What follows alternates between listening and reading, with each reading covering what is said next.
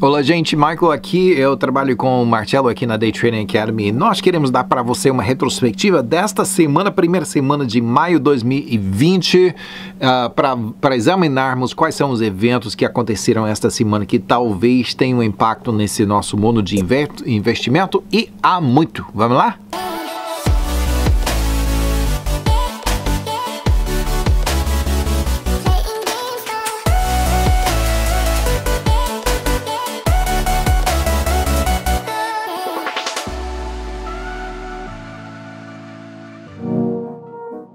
Bom, ações dos Estados Unidos inicialmente caíram na segunda-feira, mas deram ré e começaram a encerrar, a subir e conseguiram encerrar positivas.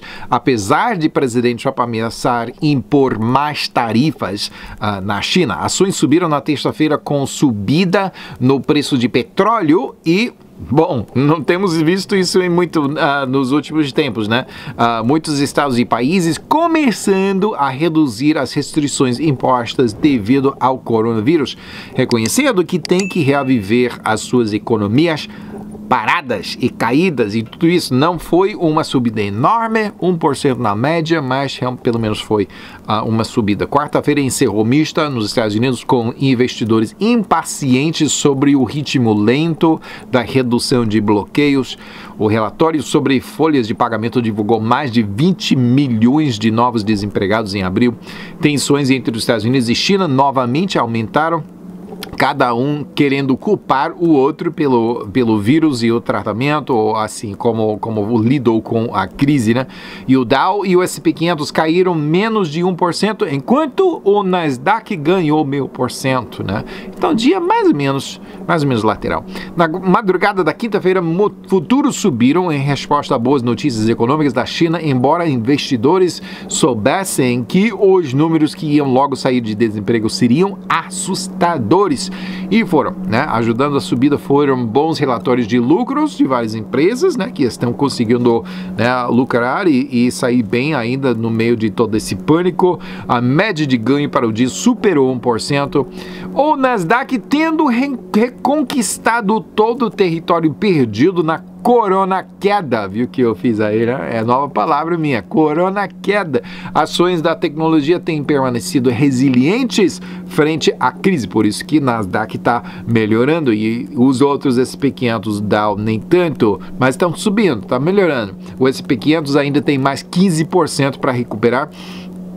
Sexta-feira viu uma bela subida, mas controlada, viu? Nada de maníaco depressivo, né? Como tem sido nos últimos meses. É para cima, para cima, para baixo e drasticamente. Nada disso. Foi uma subida controlada da maneira que estamos acostumados em tempos normais, viu? Houve sinais de melhoras no relacionamento entre os Estados Unidos e a China e o esperado relatório de desemprego saiu. Os números foram ruins mesmo, né? Mas o negócio foi que investidores já souberam disso, escolheram confiar que a recuperação já está começando. A média de subida foi 1,1%, mesmo no dia de notícias ruins. Índices dos Estados Unidos encerraram a primeira semana de maio mais altos. Dow ganhou 2,6%, o S&P 500 subiu 3,5% e o Nasdaq saltou 6% para agora ficar 1,7% positivo para o ano. Parabéns, Nasdaq. O Dow ainda precisa recuperar 14,7% e o S&P 500 está 9,3% negativo para o ano. Só, né? Só algumas semanas de subida positiva e vamos estar de volta a esta posição para o ano. Globalmente, os mercados na manhã da segunda-feira não reagiram bem aos Estados Unidos tentando culpar a China pela pandemia, né? Todo mundo querendo culpar os outros. O presidente Trump avisou que a doença podia matar até 90 mil, né? Primeiros números que saíram, tipo 2 milhões de pessoas, 2 milhões e meio de pessoas que temos que fechar tudo agora, e depois voltou para, né, talvez tipo 60 mil pessoas, em vez de 2 milhões de pessoas, e agora está parecendo que é talvez 90 mil, né, isso nos Estados Unidos, antes que a primeira fase do surto finalmente diminuir, né, mas parece que está começando a diminuir. Ações globais cheias de incerteza na quarta-feira, com relatórios de lucros misturados dúvidas de investidores de se restrições em razão do coronavírus devem permanecer mais tempo ou devem ser eliminadas, né? E mais ainda, tensões novamente crescentes entre os Estados Unidos e a China. A Alemanha, Espanha e os Estados Unidos já estão reabrindo suas economias, mas outros lugares nem tanto ainda, né? Mas eu acho que daqui uma semana, 2 semanas já estão fazendo igual. Ações subiram na quinta-feira com aquela surpresa de uma subida em exportações chinesas, indicando uma recuperação mais rápida que esperada. Envios chineses subiram em abril, o primeiro mês de subida para a China em 2020. Então, parabéns, né? Recuperação mais forte que esperado, mais rápida que esperada. Ações mundialmente subiram na sexta-feira. O índice dos mercados de todos os países, o MSCI, ganhou 1,7% na sexta-feira. Mercados europeus mistos para a semana, né? Londres ganhou 3%, foi melhor performance. Espanha perdeu 2,1%, foi o pior perdedor das Américas. Mistos também. México teve uma boa semana, ganhando 3,2%, nada ruim, né? Mas a Argentina, caramba, ganhou 10,5%. Isso no meio de ir para default, né, na sua dívida. Não dá para pagar, veio um prazo para pagamento da dívida e passou e nada, né? Não deu para fazer o pagamento e ainda assim subiu. Então, Argentina, o que vocês estão fazendo por aí para animar o seu mercado? Continue. Eu não sei o que foi, né? Mas a Bovespa caiu 0,3%, então não foi nada ruim a semana. A Colômbia teve pior performance da região, caindo 2,9%. Colômbia, não é chévere, não. Da Ásia, por maior parte mais baixos, Japão ganhou 2,9%, também a Austrália ganhou 3,1%, mas a maioria dos outros países perderam em média 1,5%. China foi levemente positivo, um pouco mais acima de 1%, mas Índia teve semana muito ruim, caindo 6,6%. Bitcoin ganhou muito essa semana, subindo 11,4% para $9.887,54 para cada moeda digital. Ainda não quero, vocês podem ficar com seus Bitcoin. Os Estados Unidos já está muito endividado, está acumulando ainda mais dívida a um ritmo muito acelerado devido a esse estímulo econômico aprovado pelo Congresso. 3 trilhões de dólares os Estados Unidos está emprestando no segundo trimestre. Imagine, gente, é recorde infeliz, pois $1 trilhão, trilhão com T de dólares de dívida foi acrescentada em só 28 dias.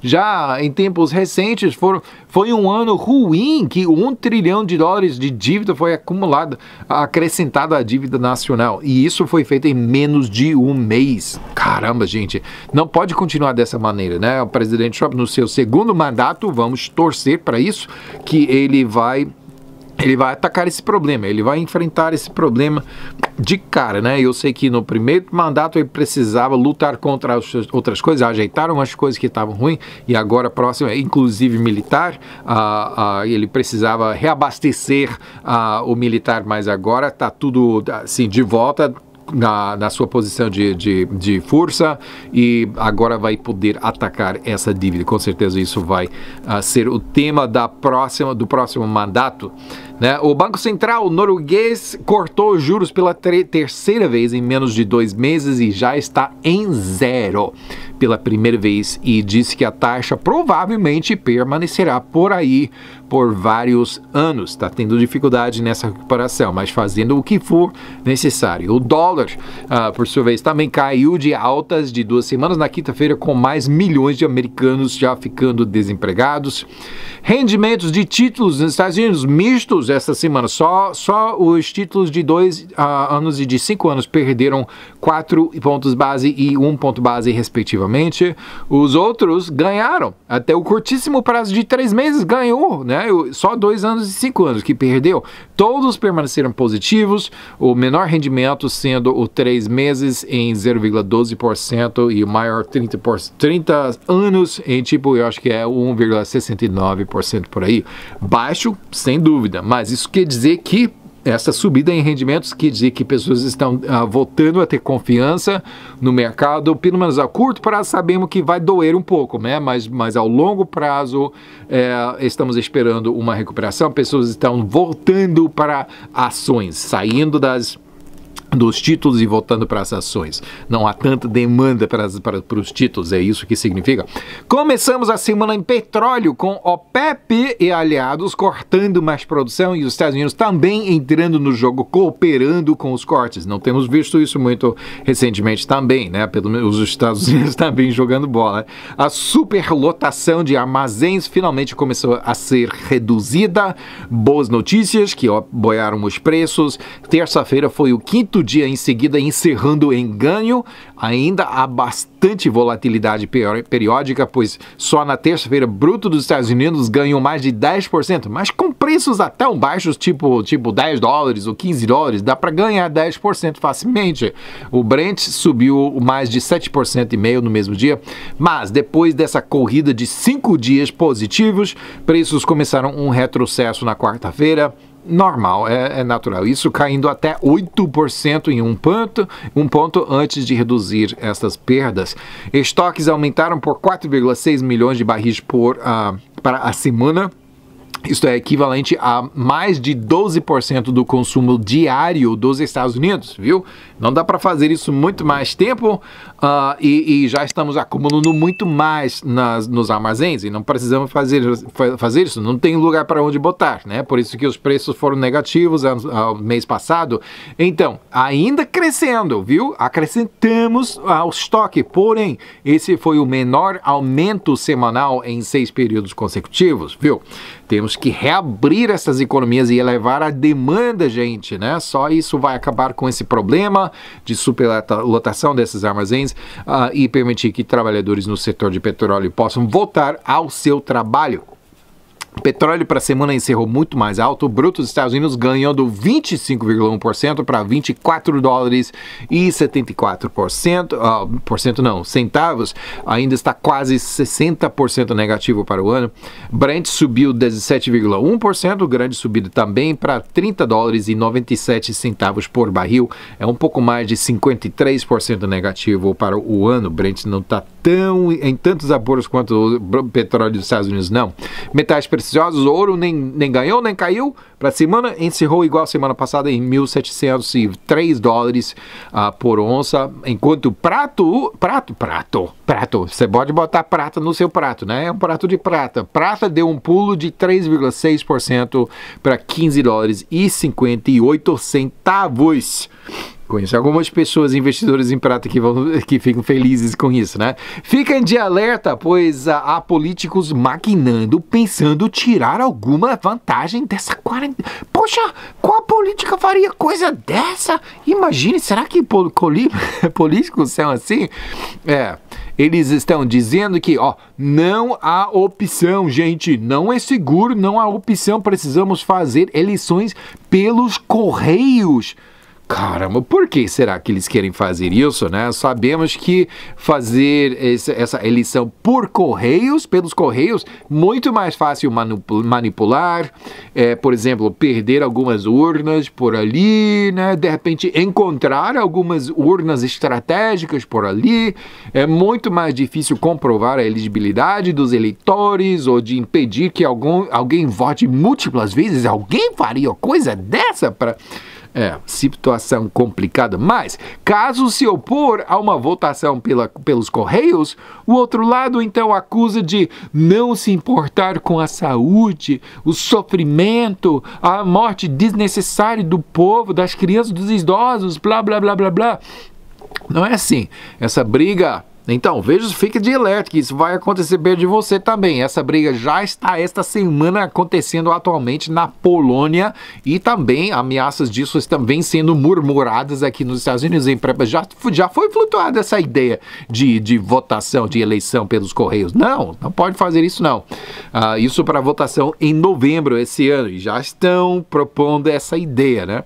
Presidente Trump quer reabrir a economia logo que for possível, pois o risco de suicídio econômico nacional é mais esse risco é mais que a doença que, na verdade, fica concentrada em, tipo, 5 lugares de alta densidade de população aqui nesse meu país. O resto do país não entende por que precisa sofrer fechado quando há pouquíssima incidência da Covid nos seus lugares, nas suas regiões, né? Lá, Nova York, tudo bem. Detroit, tudo bem. New Orleans, tudo bem. Fique fechado, né? Se precisar, né? E você precisa, mas aqui no nosso lugar, aqui não existe esse Covid, né? Ou incidência tão baixa que não precisa se preocupar tanto com isso. Poxa, né? Por que nós temos que ficar fechado? Porque Nova York foi, né, mal administrou muita coisa. Claro que a oposição acusa o presidente Trump de priorizar dinheiro acima de vidas, né? Eles são assim. Mas a oposição entende que a economia é posicionada a dar um grande pulo positivo. Eles não querem que Trump seja acreditado como a melhor economia de sempre no início do seu mandato e depois da pandemia ou reavivamento e recuperação depois do desastre. Então eles estão tentando demorar essas coisas o mais tempo possível. Sucesso nesse setor, né, financeiro, praticamente garantiria a sua reeleição. Dessa forma, a pressão da oposição e apoiado pela mídia de enfatizar a magnitude do pânico para prolongar as quarentenas o máximo possível. Poxa vida, né? Precisamos reabrir esse negócio. Adivinha como são os relatórios econômicos para abril, né? Para várias empresas, vários businesses ruins. Claro que é ruins. É um choque? Não é um choque, não. Enquanto a dívida dos Estados Unidos cresceu por $1 trilhão em abril, 20,5 milhões de vagas de emprego foram eliminadas, né? Pior golpe desde a Grande Depressão. Voltemos a trabalhar, gente. Desemprego agora está em 14,7%, grande número, mas eu sei que por aqui, pelo menos restaurantes estão começando a reabrir, né? Por pouco a pouco, né? Tem que ficar separado das pessoas, mas pelo menos estão reabrindo. Eu estou saindo dia após amanhã para o estado de Tennessee com a minha amada esposa para celebrarmos nosso 26º ano de casamento, né? E a minha esposa vem junto, né, comigo, ainda bem, né? E eu já verifiquei que restaurantes por ali estão abertos, né? Então, a economia já está começando a reabrir. Já estão acontecendo também várias instâncias de cabeleireiras ou maniped operando de maneira clandestina, pois é contra a lei agora, pois precisam alimentar as suas famílias. Não podem ficar sem esse trabalho para muito tempo. E pessoas estão, eu precisava de um corte de cabelo e né, fizemos em casa, não ficou muito legal não. Tá melhorando agora. Em uma instância, interessante isso, a cabeleireira foi presa e o vice-governador do seu estado pagou a multa dela e também se ofereceu a ir preso no lugar dela, né? Pois ele discordou e não concordou com essa sentença, né? Gente tá ficando agitado por aí. Bora reabrir, tá? Warren Buffett, ex-homem mais rico do mundo, mas ainda tá meio forrado, viu? Ninguém disputa as suas decisões de investimento, todo mundo diz, se o Warren Buffett tá fazendo, então. Ele, esta semana, liquidou as suas posições em linhas aéreas, dizendo que foi um erro investir neles, né? Mas linhas aéreas estavam em boa posição, e de repente aconteceu alguma coisa dessa, totalmente imprevista e caíram, né? E estão tendo situação muito difícil. Claro que muita gente então pensou que se Warren Buffett acha que as linhas aéreas vão embora, né? Não é bom investimento, então nós vamos sair também. Poxa, que isso leva a uma queda nas ações das linhas principais dos Estados Unidos, das linhas aéreas principais dos Estados Unidos levaram uma porrada, caindo em média 7,5% só na segunda-feira. A firma de Warren Buffett, o Berkshire Hathaway, perdeu $50 bilhões no primeiro trimestre. Caramba, que queda, né? Pior trimestre em 10 anos. Porém, apesar desse baque, ainda está saudável, né? Tem reservas lendárias de dinheiro. Caramba, sim, perdeu 50 bilhões de dólares, mas ainda assim possui 137 bilhões de dólares em reserva, só ficando aí pronto para serem implementados de maneira estratégica assim que aparecer uma oportunidade boa. Então, ainda saudável esta empresa. Uber, se lembra de Uber, né? Uber já estava em apuro. Se lembra daquela OPI desastrosa no ano passado? Se pense que teria sofrido nessas quarentenas, mas o Uber divulgou na quinta-feira essa semana que seu serviço já tem se recuperado. Poxa, que bom, né? E que sua expectativa é que seu caminho à lucratividade, que já estava em dúvida antes do coronavírus, não será grandemente afetado. Essa é a mensagem para detentores de ações da Uber, né? Espera-se lucro positivo em questão de trimestres, não anos. Nessa notícia, Uber ganhou 11% na quinta-feira e mais 6% na sexta-feira. Parabéns para Uber, né? Então, você quer ir para Disney em Orlando? Não é boa hora de fazer isso, não. Pessoalmente, eu passo por aquela área várias vezes no ano, né? E é onde nos Estados Unidos eu encontro mais brasileiros que em qualquer outro lugar. Turismo em Orlando gera 75 bilhões de dólares por ano em atividade econômica. Quase 6 bilhões desse monto são impostos que vão para governos locais e estaduais. E o turismo está paradíssimo, né? Então, a economia local não está recebendo isso, as pessoas locais não estão recebendo o pagamento, o salário, e os governos não estão recebendo esses impostos, está tudo parado. 41% das vagas de emprego são em turismo. Então, assim que abrir esse negócio, volta aqui para visitar Disney, eu vou dar um alô se eu dirigir por aí. O Reino Unido agora é pior que Itália em número de mortes devido ao coronavírus, né? Só os Estados Unidos é pior de todos, se acreditar nos dados da China. Na China, Coreia do Sul e Japão, a propagação tem se diminuído muito, enquanto Singapura, Paquistão e Índia estão passando por surtos ainda. Ainda assim, a Ásia possui só 7% dos casos mundiais, 34% dos casos de coronavírus mundialmente estão na América do Norte e 40% dos casos se encontram na Europa.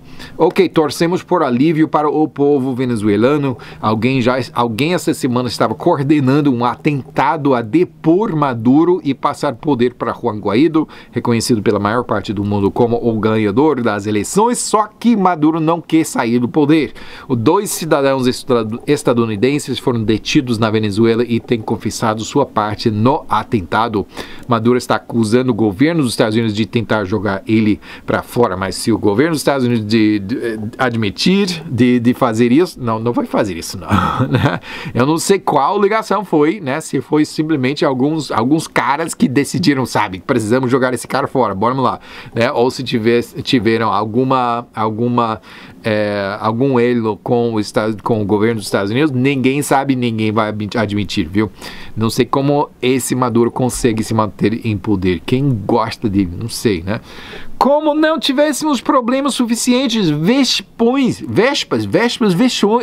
enormes japonesas estão invadindo a costa oeste dos Estados Unidos. Chama-se Murder Hornets, né? São as vespas de homicídio, vespas homicidas. Essas cabas acabam, viu o que eu fiz aí, né? As cabas acabam com colmeias inteiras de abelhas em poucas horas, possuem ferrões curvadas, né? Com veneno que pode até matar seres humanos, mesmo utilizando roupa de proteção. No Japão, estas vespões homicidas matam 50 pessoas por ano e agora estão aqui. Obrigado, Japão, né? Sayonara, vão embora. No outro lado da água, do Mar Atlântico, apicultores franceses estão vendo a melhor colheita de mel em 40 anos, mas precisam de um fim das quarentenas para que possam vender seus produtos, né? Ei, mundo, bora já abrir esse negócio, viu? Tomara que sua quarentena seja produtiva. Aprenda a ser trader comigo, né? Com o Marcelo. E você pode fazer isso em casa, né? Ainda ser produtivo durante essa quarentena. Até semana que vem. Tchau.